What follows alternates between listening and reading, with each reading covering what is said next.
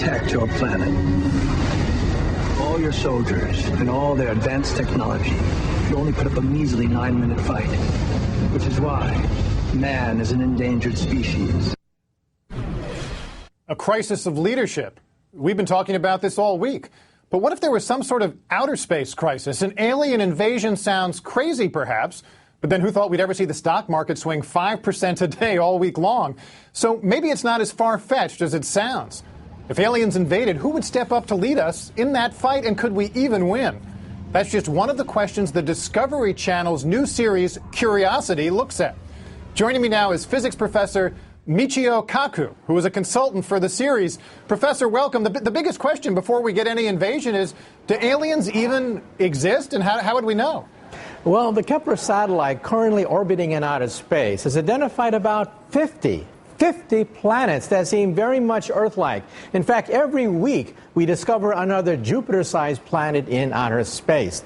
Now, to be sure, most of them probably have no more than microbial life, just germs. But a few of them may have intelligent life, perhaps even more advanced than what we have on Earth.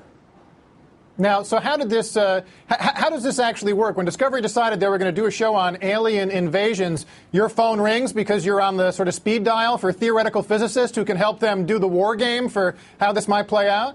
Well, believe it or not, we physicists have actually studied the question of what happens if we do encounter a hostile advanced civilization in space. And Hollywood gets it all wrong. Hollywood assumes that the aliens are maybe 100 years more advanced than us, and if only we had a secret weapon, we can defeat the aliens. Wrong. Either the aliens don't bother with us because we're simply too primitive, or if they do invade, it'll be more like Bambi versus Godzilla. And why do you say that? What techniques will they have that we can't even imagine? Think of the fact that they could be 1,000, 1,000,000 years more advanced than us. Realize that the universe is 13.7 billion years old, and so it's conceivable that they can have weapons that we can't even conceive of. Now, in my own point of view, look at how the barbarians eventually defeated the Romans. The barbarians didn't have a secret of weapons by which they defeated Caesar and the Romans. No. They learned technology from the Romans. They imported technology. They learned the technology of the Romans and then used it against the Roman Empire. That's how they won. So then how would we, I know it sounds implausible, but if something like this were to happen, how would we defend ourselves as a planet? Well, initially we would have to probe them to find out exactly how advanced they are. Do they have nuclear weapons? Do they have radio and radar communications technology? Or do they have a whole new generation of weapons that we can't even conceive of? Now, remember that for the most part, alien civilizations in outer space are not going to come to plunder us because there are plenty of uninhabited planets out there with resources. So for the most part, they're going to leave us alone. However, if, on the other hand, one day they do attack, we have to be prepared for the fact that they're going to overwhelm us in the opening shots of a war. Well, so what do we do? Well, first we have to study the question. We have to send up more Kepler satellites. We have to eavesdrop on conversations in outer space between alien civilizations. This is something that we haven't even done yet. We have yet to find a single advanced civilization or life in outer space. But sooner or later, we will. The first step is to monitor them, to understand what level of civilization they have, the kinds of weapons. Second, perhaps even begin to initiate a dialogue. Now, of course, that's dangerous if they are warlike, in which case we may want to sit back and simply analyze their weaponry. Now, why do we assume that they're going to be hostile? Isn't there a chance that any aliens we encounter could come to us more like E.T. and less like Predator?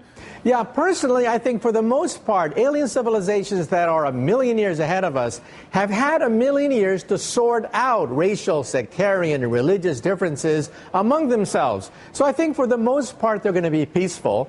And for the most part, they're going to find resources on uninhabited planets. Why bother with the Earth with restive natives when you have all these other planets loaded with natural resources and nobody lives on them?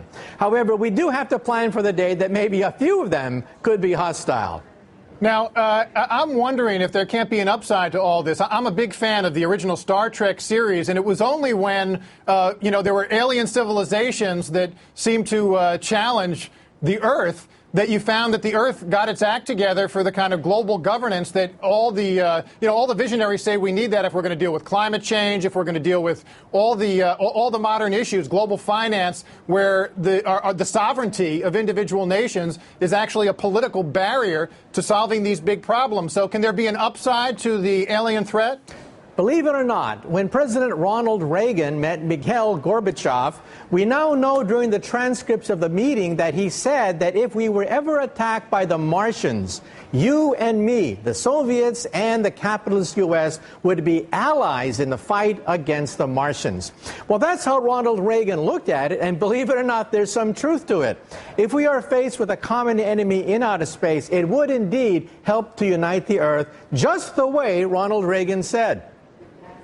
All right, Michio Kaku, theoretical physicist and an advisor to the new Discovery series Curiosity. We'll be looking forward to seeing how Discovery treats that. And thanks for taking the time today. Right. Every Sunday at 8 o'clock. Every Sunday at 8 o'clock. A theoretical physicist who knows how to get in his promo. I like that.